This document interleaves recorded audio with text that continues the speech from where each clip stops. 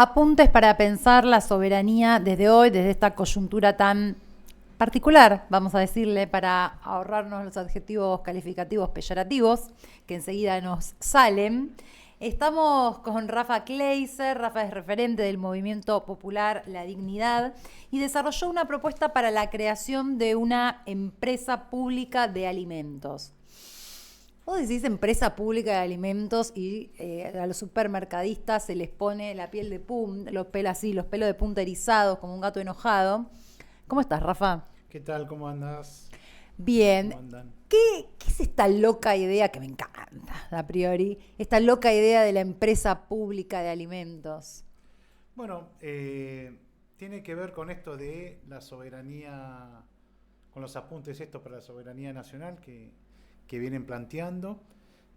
La soberanía alimentaria y la seguridad alimentaria tiene que ver con recuperar la capacidad soberana de los estados nacionales para poder intervenir, planificar los alimentos, es decir, para garantizar los alimentos de un país. Digamos, si vos los alimentos son una mercancía, están ligados al mercado y no al derecho social que implica la alimentación para un país. Entonces la soberanía nacional tiene que ver con poder recuperar capacidades que garanticen la vida. Bueno, en este caso la soberanía y la seguridad alimentaria dentro de lo que es uno de los campos de la soberanía nacional es fundamental.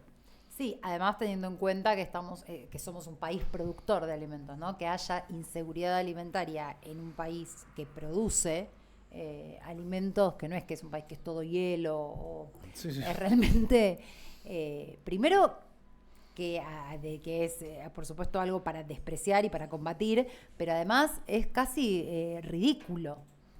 Bueno, el 80% de lo que se produce en Argentina se exporta. Ahí ya tenés un dato no menor.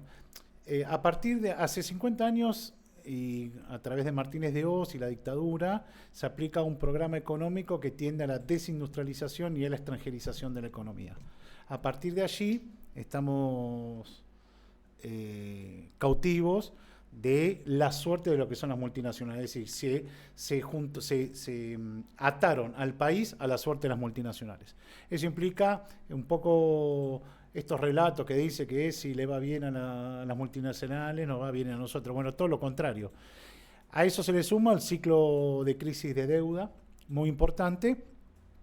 Y si vos tenés una economía concentrada y extranjerizada, vos perdés capacidad a la hora de poner los precios, desconocer los costos, y eso implica en una economía donde el sentido común de sus decisores, más allá de la política, es exportar más, porque uno escuchó, Massa también hablaba de exportar más, Macri habla de exportar más y Milei habla de exportar más. Hay un estudio, no sé si Trever finalmente va a terminar saliendo en estos apuntes, pero Trever del Banco Central plantea el estudio que cuanto más exporta la Argentina, digo en clave como planteas vos, ¿no? De la exportación, en cuanto más exporta Argentina, más pobre es, digamos. En el año 83 la exportación de la Argentina era por 20.000 millones de dólares. Se calcula que este año va a estar por arriba de los 85.000 millones de dólares y nunca hubo tantos pobres como ahora en la Argentina. Es decir, que las exportaciones no están ligadas a mejorar las condiciones materiales de la población. No, porque además sabemos, y ahora con esto quiero ir a tu propuesta, que las exportaciones solo enriquecen los bolsillos de sectores muy pequeños, que son, por hablando mal y pronto, 5 familias, en lo que representa, si vamos a hablar de lo que representa la población argentina. ¿De qué trataría una empresa pública de alimentos? Y ya creo que esto te tiro así como una doble. Ya que lo hablamos con vos en este espacio, pero vale la pena volver a decirlo, qué oportunidad nos perdimos con Vicentín, ¿no?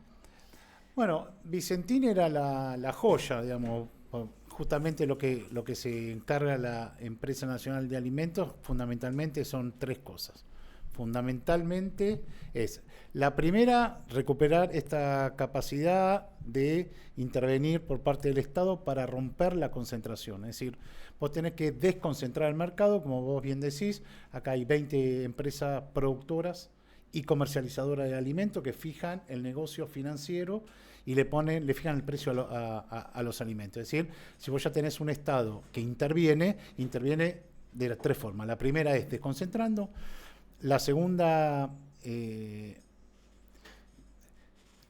digamos, de alguna manera generando relaciones nuevas de producción con pequeños y medianos productores, con pequeñas y medianas pymes, que permiten modificar la lógica que el Estado, al servicio de los monopolios, por un lado, como está pasando ahora, modificar esa matriz y plantearlo como una alianza con pequeños y medianos productores. Imagínense esta empresa de alimentos estatal, chiquita, regional, con participación de los trabajadores, sí genera una alianza con pequeños y medianos productores. La economía regionales se hacen así, digamos, volvemos de alguna forma al fortalecimiento de las pequeñas y medianas empresas, que son las que generan laburo, que asientan, etcétera, etcétera, y que pagan impuestos y no la fugan.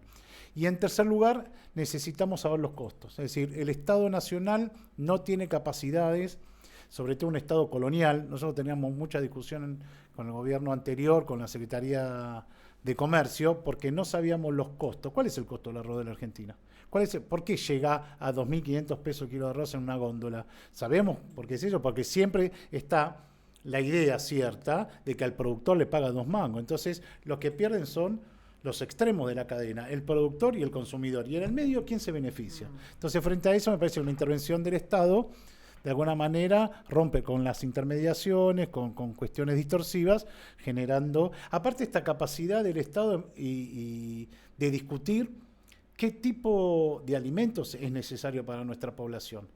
Así que, bueno, a mí me parece que yo desde chiquito siempre... Sí, y además, perdón, Rafa, sí. También un Estado que intervenga a favor de combatir la posición dominante de las empresas de alimentos, porque hoy por hoy vos vas a una góndola de cualquier supermercado, no de cercanía, ¿no?, sino de estos supermercados grandes, y las primeras, segundas y terceras marcas por ahí de un mismo producto, vos trajiste el arroz, por ejemplo. Sí. La primera, segunda y tercera marca pertenecen a la misma empresa. No, seguro. Ahí traje unas placas para que lo veamos muy rápidamente, sí. Para ordenarnos un toque. Lo cierto es que recuperar capacidades del Estado para romper la concentración, una alianza con pequeños y medianos productores, y la tercera, muy importante, es saber los costos. Una vez que vos sabés los costos, podés de alguna forma incidir, ¿no?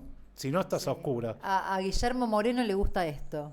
A Guillermo Moreno sí, pero también le gusta la concentración, porque él mismo lo dijo, yo prefiero, aparte hubo concretamente una experiencia que si después te la cuento, pero él prefiere discutir con 4 en la mesa que con una democratización. Es decir, una cosa es discutir con 4 dominadores de mercado, que es un poco lo que él plantea, un Estado fuerte para discutir con 4 sectores privilegiados dominantes del mercado, y otra cosa es cuando ya está el Estado, con empresas públicas, ya están las provincias, ya están los municipios, digamos, hay una dispersión sana del mercado. Ahí ya no les gusta tanto. Ya no les gusta tanto, me parece. Mira, hubiera creído que hubiera estado a favor de tu propuesta de la empresa pública de alimentos. Lo traigo porque siempre hablas este chiste, ¿no? Pero está bueno. De hacer costos, de que hay que hacer costos, de que por qué, viste que la gente decía esta pavada de... no, bueno, hay que pagar las cosas lo que valen. ¿Lo que valen dónde? Si no, claro, si no sabemos por qué acá vamos a pagar $1 el litro de nafta, el litro de combustible, si hay crudo. Entonces, tal cual. Lo mismo, ¿por qué vamos a pagar el corte de carne, lo que vale en Europa, si acá hay vacas? Si somos productores. Campo? Claro. Sí, totalmente. Bueno, ahí están las placas. ¿Querés pasar a la próxima? Ese es un título, está bueno. Bueno, para hablar de la empresa pública Alimentos y el tema de los alimentos en Argentina, primero hay que hablar de dónde salen los alimentos. ¿De dónde salen? De la tierra, de los productores. Ahí vos tenés, mira, acá lo tengo, yo lo veo desde acá. Bueno, ahí tenés, mira, hay un censo de unidades productivas agropecuarias. ¿Qué son estas? Las unidades productivas agropecuarias, bueno, son eso, digamos, independientemente de su dimensión, puede ser chica, mediana, grandes. Lo cierto, vos fíjate que en 1900, vamos a hacer un corte. ¿Vos sabés que hubo censos de vacas y de unidades productivas en la Argentina antes que el Censo Nacional de Personas? ¿Por qué? Por este proyecto de factoría que había. Entonces, es decir, el Estado sabía cuántas vacas había, pero no sabía cuánta población. Digamos, es muy, muy interesante, digamos, poder pensarnos de esa manera cuál era el proyecto, porque muchas veces dice, digamos, con Mitre o antes del 20 estábamos bien. Claro, vos sabías cuántas vacas había, pero no cuánta población o cuánto pibito había en la Argentina. Vamos a hacer un corte en el censo. Vos fíjate, en el 69 había 538.000 unidades productivas agropecuarias. Eso significa chacras. ¿Y por qué chacras? Ahora al final lo van a ver bien. 538.430. Y en 2018 había menos de la mitad, 250.000. Pero ¿cuál es el secreto y por qué había tantas chacras? Y ahora hay no tantas chacras, sino mucha terrateniente, porque la cantidad de hectáreas cultivadas se mantuvo. Es decir, que vos tenés la misma cantidad de hectáreas cultivadas en menos manos. En menos manos. Exactamente. Entonces, para hablar medio rápido, pero para hablar bien, un poco más serio, primero el primer cuadro para hablar de alimentos en Argentina tiene que ver con la concentración de la tierra en pocas manos. Pasamos a la otra. Che, qué bueno que está esto, sí. ¿Viste? Porque aparte es gratis. Monopolios en rubros alimenticios. Bueno, concentración de la producción de alimentos por rubro. Para que no, yo no puedo pasar. A ver qué dice. Bueno, pero lo sé un poquito de memoria. Sacame el zócalo, porfa, Benja. Tenemos gaseosas. Bueno, esto es muy simple y que lo que más nos gusta. Después vamos a terminar con nombre y apellido. A mí me gusta llamar por su nombre al enemigo. Bueno, concentración de la producción de alimentos por rubro, 1, 2 o 3 empresas. ¿Esto qué quiere decir? Que en el rubro gaseosas, que es el primero con 98%, hay 1, 2 o 3 empresas que tienen una posición dominante. ¿Cuáles son? Coca-Cola y Pepsi. Acá son 2 empresas que tienen el 98% de la producción de gaseosas. Bueno, siguen la cerveza, 98%, mayonesa, 98%, Unilever se lleva casi toda la mayonesa, yogures Mastelones, como conocemos. Ahí inclusive me parece cuando estaba en leche, en el 85%, una o dos empresas, estaba Mastelone y Sancor, pero Sancor no está más. Estaban en ese momento con el 16%, hoy ya no existe más, se quedó con los quesos. Así que la posición dominante de Mastelone sigue para arriba. La harina 82%, ustedes saben que Molinos Río de la Plata y Molinos Cañuelas son las dos empresas dominantes de eso. Molino Cañuelas fue la beneficiaria del fideicomiso de la harina por parte de la Secretaría de Producción en el gobierno anterior, donde se pudo sostener el precio. Es decir, ¿cuál era el fideicomiso? Se exportaba la harina y con parte de lo que se ganaban de alguna forma de esas empresas, se sostenía el precio interno. Bueno, Molinos Cañuelas tuvo el 85% de ese fideicomiso, por eso todos consumíamos harina de cañuelas, y al otro día de recibir el primer giro por el fideicomiso presentó quiebra. Es decir, increíble el negocio de Molino. El Estado subsidiando empresas fue increíble. Bueno, embutidos 83, azúcar 81, todos sabemos, Ledesma es una posición muy dominante. ¿Pasamos a la otra? Bueno, ahí tienen el mapita. Bueno, este mapa es impresionante. Fíjate, ahí Coca-Cola, sus marcas. Vos recién decías que ahí tenías segundas y terceras marcas. ¿Te acordás? Una sola empresa. Sí. Fíjate Molinos Río de la Plata. No sé si llegás a ver. Sí. Mírate. Matarazzo, Don Vicente.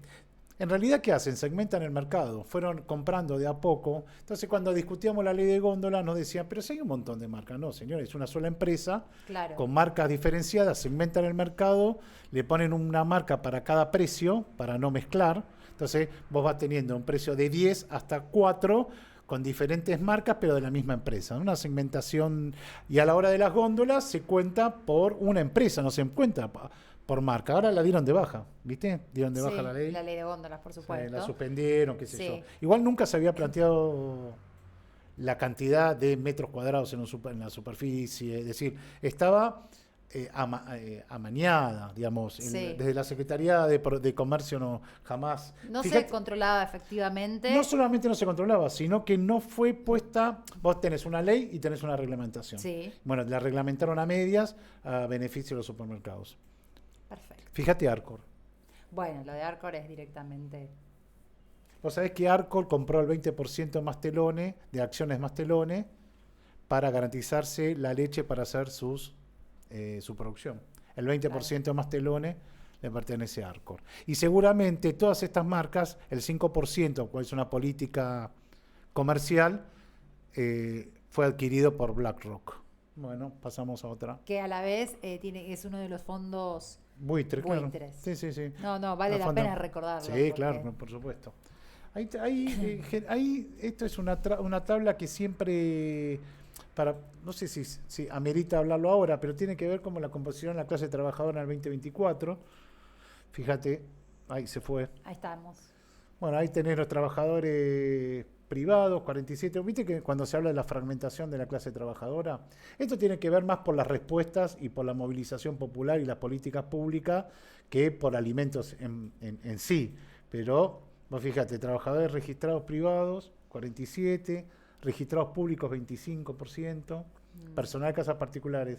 Hay casi 500.000 compañeras limpiando casas ajenas. Aviso. Que es un trabajo, además, que está 100% feminizado. Sí. Bueno, la pobreza tiene cara de mujer, ¿no? En este país. Sí. Monotributas 3, trabajadores autónomos 15, monotributos sociales, esto 464, debe haber, ahora hay que actualizarlo, es la mitad. Bueno, pasamos al otro. Esto siempre hay que meterlo para reconocerlo, ¿no? Sí, y para saber además en el mapa actual esta digregación, ¿no? de la clase trabajadora, porque eso también hace que muchas veces no haya una movilización en unidad. Exactamente, la fragmentación de la clase trabajadora, claro. Exactamente. ¿El personal de casa es registrado o no? Bueno, claro, no sé, porque en su mayor... Es difícil de medir. El personal de casas es registrado. Entonces, que es mucho más. Entonces, sí, por supuesto. Aparte, con la crisis de alguna forma se agarra lo que se puede, ¿no? Sí. Bien, pasemos a la siguiente. Sí, esta es una variación. Esto es a modo de muestra. Ustedes saben que en alimentos el aumento o la variación de precios de alimentos siempre está por la media, más arriba de la media inflacionaria. ¿Por qué? Porque de alguna forma u otra hay un ensañamiento con la mesa de los argentinos, y al ser sensible es la capacidad que tienen las empresas productoras de alimentos, comercializadoras, de chantajear al Estado. ¿Cómo negocian con el Estado? Aumentando las cosas. Vos fíjate que es más sensible cuando aumenta los alimentos de consumo popular y la capacidad y la potencia que tiene esta empresa para negociarles. Bueno, fíjate que la variación entre marcas premium, es decir, las monopólicas, un poco lo que planteaba vos, ¿no? Y las no monopólicas. Siempre las empresas monopólicas varían sus precios más por arriba de la variación de precios que tienen las no monopólicas. Es decir, aumenta más que las segundas marcas. Segundas marcas no monopólicas, ¿no? Sí. Es decir, si vos fíjate que el aceite de girasol aumentó 112%, entre noviembre y marzo, y las no monopólicas 27%. Generalmente son las más ligadas al mercado interno, regionales, sí, marcas de industria nacional, que como objetivo tienen vender, entonces para mantener las ventas aumentan por abajo de las empresas monopólicas. Sí, que además en los conglomerados urbanos muchas veces es difícil acceder a marcas regionales también. Claro, exactamente. Entonces eso también es, otra vez estamos frente al abuso. Son posiciones dominantes. Sí, el abuso de posición dominante, porque además que los alimentos portan la característica de ser de lo único que no se puede prescindir. Sí, exactamente. O sea, eso y de la tarifa, ¿no? Bueno, sí. Eso y la tarifa, por eso es lo que más aumenta. Pero en algunos barrios populares las tarifas, los servicios no se pagan, si se quiere. Y el gas lo tenés que pagar. Gas lo tenés que pagar, la garrafa la tenés que pagar. 5.000 pesos. Sí. No, 4.500 pesos en diciembre, hoy está 12.000. Entonces, digo, la garrafa de 10 kilos. Vos fíjate el arroz, ¿se acuerdan? Aumentó muchísimo a fin de año, principio de este año, muchísimo el arroz, a 217, el arroz de marcas regionales, tipo Vanguardia, por ejemplo, aumentó 67. Es decir, vos fíjate la diferencia. Los fideos no tanto, pero la harina, mirá, 150, claro, liberaron el precio del fideicomiso, la yerba se mantuvo, el azúcar hubo... Sí, estamos diciendo igual se mantuvo, teniendo en cuenta que igual hubo casi un 70% de Sí, aumento. sí, claro. Si vamos a hablar de lo que impactó en el bolsillo, sobre todo de los trabajadores, es fuerte, porque siempre, aparte, la yerba, el mate es lo último, de lo último, Es lo de lo último. último, porque Sí. ya no, si no te o sea, podés no morfar, saltarte alguna comida, pero no puedes tomar mate, Sí. ya es... Igualmente vos fíjate el pan. El pan bajó un 20% el consumo de pan. Es decir, que ya estás de última, porque si el pan es lo último, es lo que decís vos, es lo último que dejás. La galleta, el pan, bueno, y ya bajó el consumo. Y no es por una cuestión de snob que tanto comiendo galleta de arroz, No, digamos. claro, que son carísimas también, dicho Claro. sea de paso. Pasamos a la Y otra. también son casi todas de un par de empresas. Sí, De hecho, obvio, de Molinos obviamente. Río de la Plata y de Molinos Cañuelas. Tienen varias marcas. Bueno, y ahí estamos. Ahí estamos con los objetivos de Elena, pero son medios aburridos. Bueno, pero por ahí los puedes contar vos. Sí, bueno, tiene que ver con esto, un poco de la recuperación que decíamos de las capacidades del Estado, O sea, vos imaginás, a ver si voy entendiendo cómo funcionaría en la práctica. Porque Bien, en algún dale, vamos con momento, eso. sí, porque me parece que está bueno bajarlo a tierra. Una empresa nacional Sí. de alimentos debiera ser una empresa que tuviera como una conducción centralizada con articulado en un articulado federal para poder trabajar con las economías regionales. Nosotros que planteamos el modelo boliviano de empresa A pública, ver. por supuesto, estudiamos el modelo ruso, pero queda muy lejos, Sí. Rusia, qué sé yo, no se entiende mucho. Aparte, Y aparte otras es- características regionales, es otro mapa. Sí, y es súper otro- eficiente aparte, sí. pero en un momento va a haber que estudiar, o la China, poner que queda algo más cerca a Bolivia. Sí. Bolivia, es decir, digamos, las capacidades de concentración te da una situación dominante y de chantaje muy fuerte. Porque ¿de qué se trata? ¿Cuáles son el clima de época? De desregular el Estado, una pelea, son más poderosas muchas veces los fondos de inversión o las empresas que el propio Estado. Son estados neocoloniales, es decir, estados que están en algún lado, en algún lugar están en disputa. Con Evo estaban en disputa, por supuesto, la conducción del Estado, y había un chantaje. Entonces, como no podían ganar en términos de consenso, le desabastecían de harina. Entonces, ¿qué hacía Evo frente a eso, frente al desabastecimiento? En vez de negociar un precio en función de la avaricia capitalista, bueno, generaba una empresa pública o molinos públicos o lácteos públicos, empresas públicas lácteas, es decir, que el Estado recupera la capacidad de la producción Y puede competir. y con eso compite en el mercado, estudiando el mercado, estudiando los costos y, por ejemplo, en el tema lácteos, Lácteos Bol, que es una empresa que conocimos y trajimos inclusive hasta CEOs, compañeros directivos de la empresa, para que den charlas, para convencer al Estado o parte del Estado argentino que teníamos que hacer empresa pública.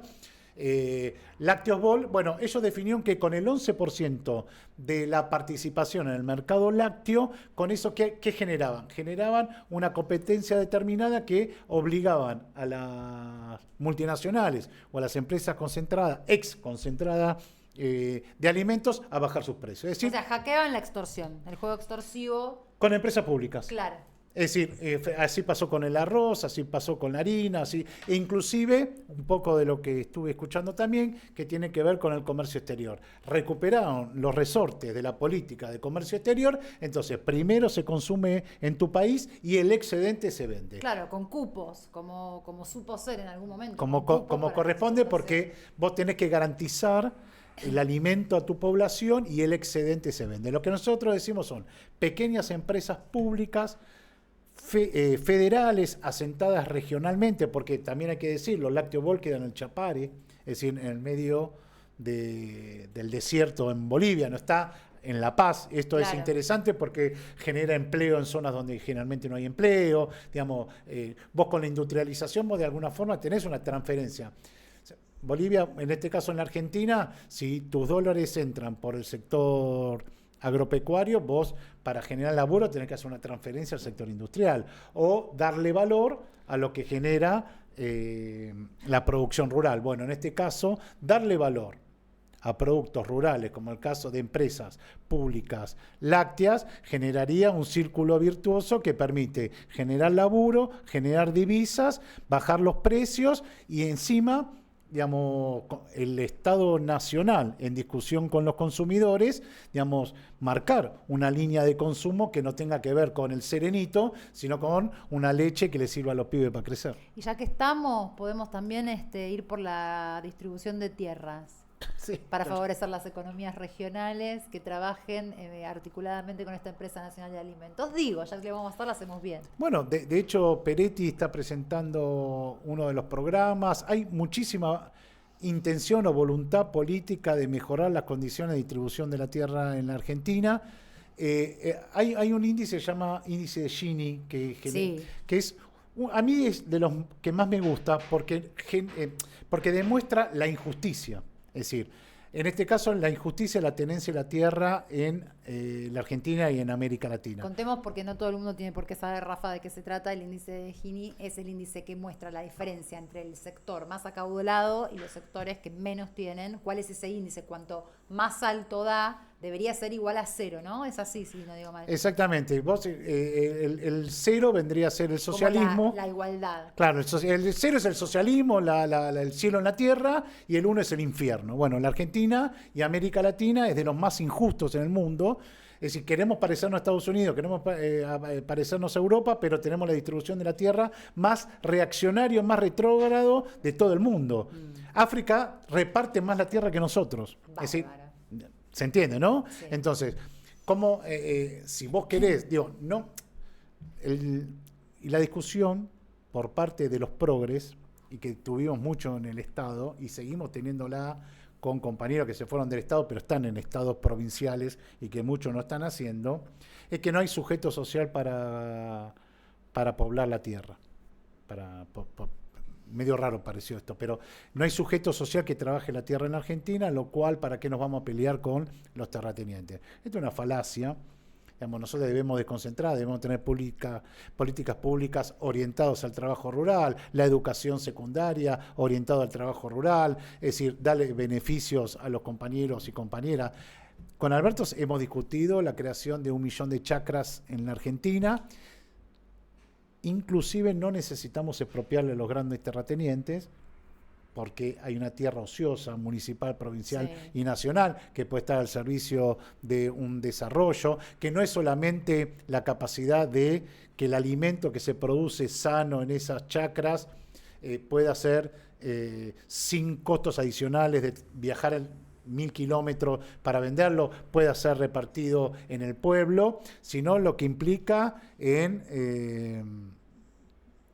de alguna forma, en conseguir vivienda para los compañeros, resolver situaciones de injusticia o de superpoblación en el conurbano, es decir, determinadas enseñanzas que sacamos después de la pandemia, que el trabajo rural no solamente sirve para un desarrollo del alimento y abaratarlo y generar condiciones de democratización del acceso, sino que sirve para inclusive georreferenciar otra vida en un país superpoblado en sus ciudades, ¿no? Sí, redistribuir la tierra también es redistribuir la población de alguna manera, claramente. Es redistribuir demográficamente un país que tiende a ser concentrado. Me parece como súper interesante. Pienso que en algún momento va a volver a haber un gobierno popular, porque esto es así, este país es cíclico, que sería, ¿no?, como por lo menos empezar a plantear estos temas, empezar con alguna política orientada en este sentido, de poder, o sea, por dónde, si hoy hubiera un gobierno, vamos a suponer un escenario fantasioso, un gobierno propenso a estas políticas, ¿por dónde se empezaría a armar una empresa? Porque es algo como enorme, pero ¿por dónde se empieza? Primero que hay un montón de experiencias de empresas públicas municipales y provinciales, un montón de experiencias, no se empieza de cero. Digamos, Eso que decís es bueno. Sí, claro, eso lo hemos dicho. Digamos, inclusive muchas empresas antes de quebrar son recuperadas por las provincias, después terminan en fideicomiso, se las venden. Hay algunas experiencias, incluso por lo pronto lo que conozco yo, que es la provincia de Buenos Aires, hay algunas experiencias que creo que ustedes han participado también, por lo pronto de comercialización, de ayudar en mercados populares a comercializar a productores locales. Sí, digamos, hay políticas activas. hay mucha experiencia. El ranking de provincias que más empresas públicas ha generado y ha sostenido y que da superávit Sí. es La Rioja. ¿Vieron las latas de conserva Noel? Sí, de salsa de tomate. Que tienen salsa de tomate, garbanzo, lenteja, no sé qué sé yo. Bueno, eso lo hace una empresa pública riojana que también tiene una marca propia, se llama Ídolo. Es decir, que trabaja para tercero y tiene una marca Ídolo. Yo no hubiese puesto Ídolo, digamos, marketineramente, Sí. medio raro, pero le genera, ya está trabajando para terceros. Ahí tendría que haber una... Nosotros qué le discutíamos al Estado, porque también está bueno plantarse de los dos lados para decir cuáles son los límites de un Estado Claro. neocolonial. Che, los bolsones y los alimentos de todos los estados municipales, provinciales y nacionales hay que comprar en empresas públicas para garantizarle la escala. Y sí. Y con eso pasábamos a otro nivel. Y claro, como siempre hay arreglos, entonces le terminaban comprando siempre a los mismos. Bueno, yo desde chiquito, para responder a tu pregunta, desde chiquito me enseñaron que para comer... Para que exista el derecho a alimentación había que hacer una gran revolución en la Argentina. Entonces siempre crecí con esa idea. Cuando a partir de Néstor y Cristina, de alguna forma, modifiqué ese pensamiento diciendo, che, pero pará, en un país productor de alimentos, con un gobierno popular que más o menos redistribuya, no puede ser que falten alimentos, y de hecho con la tarjeta alimentar, la UH, que esto, lo otro, se fueron de alguna forma garantizando los alimentos, o por Sí, lo menos lo básico, o ponía en un pie de largada para empezar a resolver. Ahora, cambia el ciclo político, volvemos para atrás, y hoy la Argentina, productora de alimentos, no tiene para la gente, hay 20% de indigencia. La indigencia se mide, es si podés comprar alimentos o no. Y la pobreza, lo mismo, digamos. Se agregan otro ítem más. Es decir, que no alcanza con distribuir, che. No creo que se alcance porque vos planteás frente a un modelo popular. Yo creo que, ahora replanteándonos, nosotros lo que tenemos que modificar es la matriz productiva en Argentina, no solamente distribuir. Porque si nosotros tenemos que derrotar a la clase dominante, no tenemos que negociar con la clase dominante, yo creo que perdemos, porque vos negociabas más o menos, la 125 se perdió, y a partir de eso se retrocedió en chancletas, entiendo yo. De algo interesante, ¿no? De empezar, bueno, que estos tipos empiecen a pagar impuestos en serio, modificamos la matriz productiva, lo que le sacamos va a un proceso de industrialización en Argentina y nos ponemos otra vez en el camino del pleno empleo y todo eso. Bueno, pero eso no sucedió de esa manera. Pues lo que tenemos que discutir es la matriz productiva. Bien. No distribuir. No, yo decía cuál sería la punta, por dónde se empieza a desentramar. Por eso decía lo de la distribución. Y empezaba, por la distribución, porque ya hay un montón de economías regionales que existen, que producen. Sí, que claro. por ahí, en un país tan vasto, es difícil que el que produce en La Rioja, si no tiene una articulación del Estado, pueda llegar, por ejemplo, a la Patagonia. Con Leche lo que Mamú. produce. Hay una empresa en General Pico, en La Pampa. Sí. Leche Mamú. Es una empresa, una línea de producción que sacó la Universidad Pública de La Pampa, y hoy tienen el 40% de la leche fluida en General Pico. Y por una cuestión de escala y de inversión no pueden pasar más allá de General Pico, entonces decidieron, bueno, nos quedamos en General Pico y el 40% del mercado lo tiene la empresa pública, porque es del Estado, de una universidad pública. Bueno, garantiza el 40% y le bajó el precio a la Serenísima. Bien, si esta experiencia ha funcionado en Bolivia, ha funcionado en Chile, por ejemplo, la empresa nacional del cobre, ¿no? Hay experiencias, bueno, nosotros... YPF. Aerolíneas Argentinas, que hoy por hoy está Aerolíneas tan en Argentinas. jaque, que estamos defendiendo, hablando de soberanía. ¿Por qué no pensar una empresa, ¿no?, nacional soberana de alimentos, y que la alimentación, los alimentos sean declarados... Derecho social. Derecho social y bienes esenciales. Sí, no- en vez de mercancía, en vez de librada mercancías. al mercado. Así como alguna vez tuvimos a las telecomunicaciones como servicios esenciales y también se desreguló, las cuestiones básicas para desarrollarse como ser humano, que la primera es comer. Pareciera una pelotudez tener que aclararlo, pero en este momento no viene mal. Que sean derecho social esencial y que no pueda haber con eso un comercio que deje afuera a la mitad de la población. Gracias, Rafa. No, por favor, gracias a vos.